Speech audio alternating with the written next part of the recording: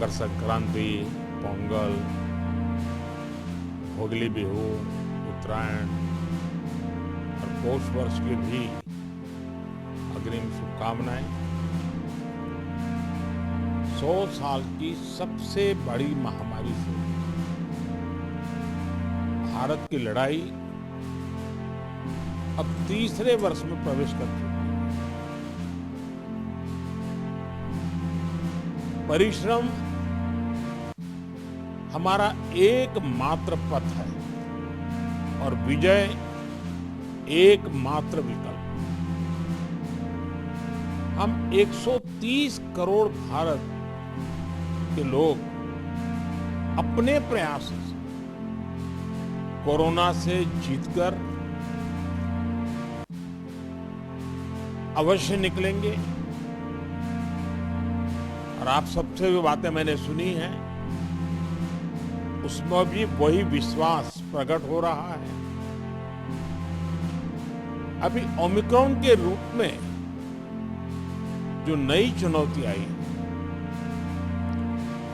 जो केसों की संख्या बढ़ रही है, उसके बारे में हेल्थ सेक्रेटरी की तरफ से विस्तार से हमें जानकारी दी गई। अमित शाह जी ने भी प्रारंभ में कुछ बातें हमारे सामने रखी। आज अनेक मुख्यमंत्री समुदाय की तरफ से भी, और वो भी हिंदुस्तान के अलग अलग कोने के, काफी महत्वपूर्ण बातें हम सबके सामने आई है। साथियों, ओमिक्रॉन को लेकर पहले जो संशय की स्थिति थी वो अब धीरे धीरे साफ हो रही है। पहले जो वेरिएंट थे उनकी अपेक्षा में कई गुना अधिक तेजी से ओमिक्रॉन वेरिएंट सामान्य जन को संक्रमित कर रहा है। अमेरिका जैसे देश में एक दिन में 14 लाख तक नए केसेस सामने आए। भारत में हमारे वैज्ञानिक और हेल्थ एक्सपर्ट्स हर स्थिति और आंकड़ों का लगातार अध्ययन कर रहे हैं। ये बात साफ है, हमें सतर्क रहना है, सावधान रहना है, लेकिन पैनिक की स्थिति न आए इसका भी हमें ध्यान रखना ही होगा। हमें ये देखना होगा कि त्योहारों के इस मौसम में लोगों की और प्रशासन की अलर्टनेस कहीं से भी कम न पड़े। पहले केंद्र और राज्य सरकारों ने जिस तरह प्रिएम्प्टिव, प्रोएक्टिव और कलेक्टिव अप्रोच अपनाई है, वही इस समय की जीत का मंत्र है। कोरोना संक्रमण को हम जितना सीमित रख पाएंगे, परेशानी उतनी ही कम होगी। हमें जागरूकता के फ्रंट पर साइंस आधारित जानकारियों को बल देने के साथ ही अपने मेडिकल इंफ्रास्ट्रक्चर को, मेडिकल मैन पावर को स्केल अप करते ही रहना पड़ेगा। साथियों, दुनिया के अधिकतर एक्सपर्ट्स का कहना है कि वेरिएंट चाहे कोई भी हो, कोरोना से लड़ने का सबसे कारगर हथियार वैक्सीन ही है।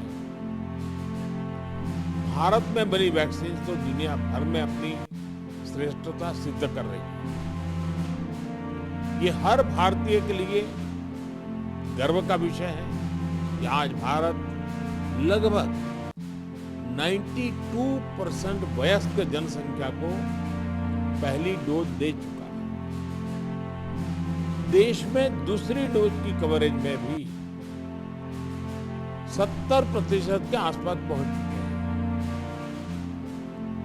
और हमारे वैक्सीनेशन अभियान को 1 साल पूरे होने में अभी भी 3 दिन बाकी है। 10 दिन के भीतर ही भारत अपने लगभग 3 करोड़ किशोरों का भी टीकाकरण कर चुका है।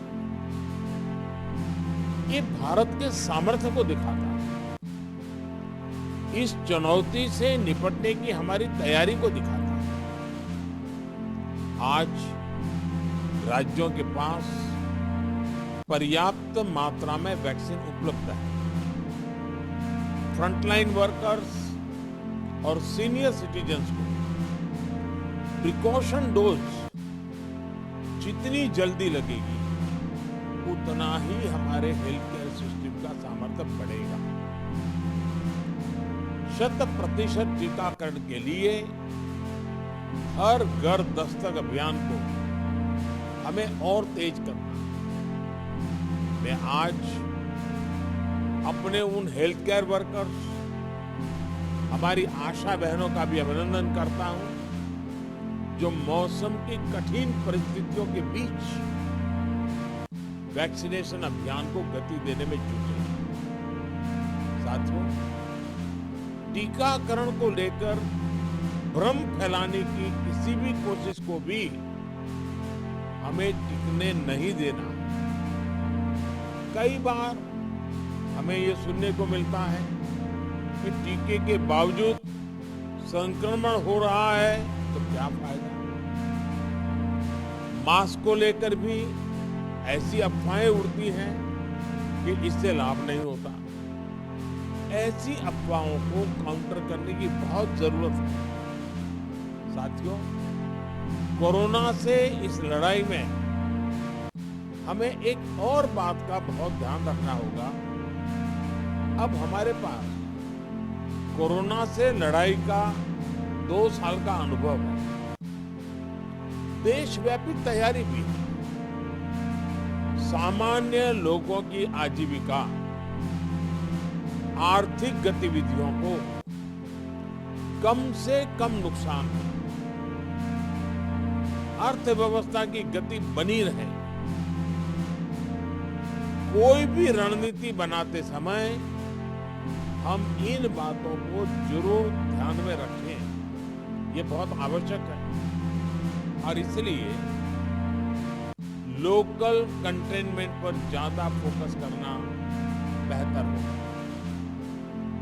जहां से ज्यादा केस आ रहे हैं, जहां ज्यादा से ज्यादा और तेजी से टेस्टिंग, ये सुनिश्चित करना भी आवश्यक है।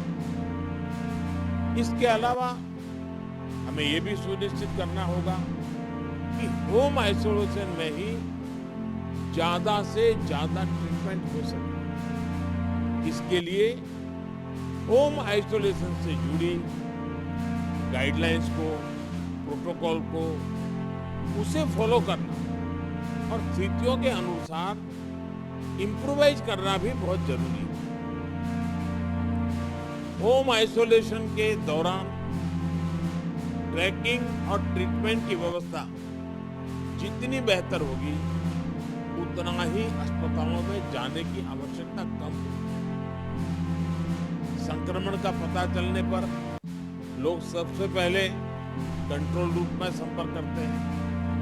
इसलिए उचित रिस्पॉन्स और फिर मरीज की लगातार ट्रैकिंग कॉन्फिडेंस बढ़ाने में बहुत मदद करती है। मुझे खुशी है कि कई राज्य सरकार इस दिशा में बहुत अच्छी तरह नए नए इनोवेटिव प्रयास भी कर रही है, प्रयोग भी कर रही है। केंद्र सरकार ने टेलीमेडिसिन के लिए भी काफी सुविधाएं विकसित की। इसका ज्यादा से ज्यादा उपयोग कोरोना संक्रमित मरीजों को बहुत मदद करेगा। जहां तक जरूरी दवाओं और जरूरी इंफ्रास्ट्रक्चर की बात है तो केंद्र सरकार हर बार की तरह हर राज्य के साथ खड़ी है। 5-6 महीने पहले 23,000 करोड़ रुपए का जो विशेष पैकेज दिया गया था उसका सदुपयोग करते हुए अनेक राज्यों ने हेल्थ इंफ्रा को सशक्त किया।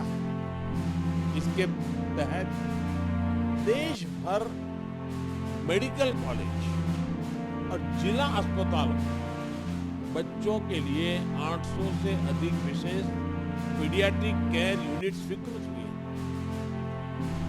करीब 1.5 लाख नए ऑक्सीजन, आईसीयू और एचडीयू बेड तैयार किए जा रहे हैं।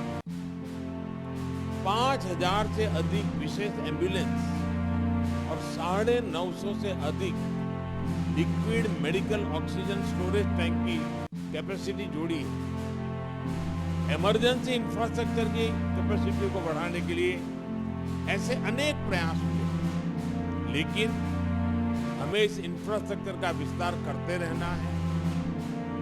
कोरोना को हराने के लिए हमें अपनी तैयारियों को कोरोना के हर वेरिएंट से आगे रखना होगा। ओमिक्रॉन से निपटने के साथ ही हमें आने वाले किसी और संभावित वेरिएंट के लिए भी अभी से तैयारी शुरू कर देनी। मुझे विश्वास है हम सभी का आपसी सहयोग, एक सरकार का दूसरी सरकार के साथ समन्वय कोरोना से लड़ाई में देश को ऐसी ही ताकत देता है।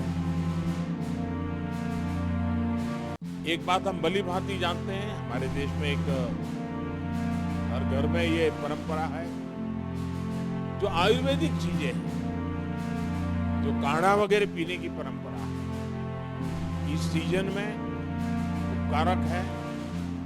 इसको कोई मेडिसिन के रूप में नहीं कहते, लेकिन उसका उपयोग है।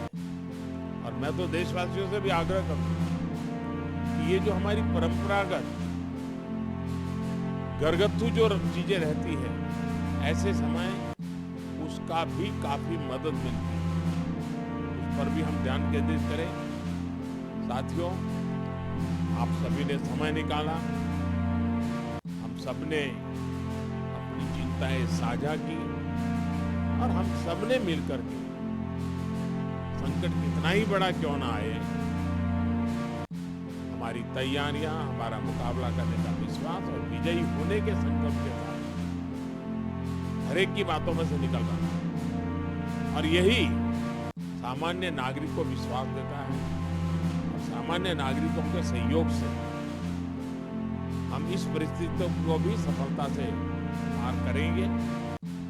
आप सभी ने समय निकाला, इसके लिए मैं हृदय से आपका आभार व्यक्त करता हूं। बहुत बहुत धन्यवाद।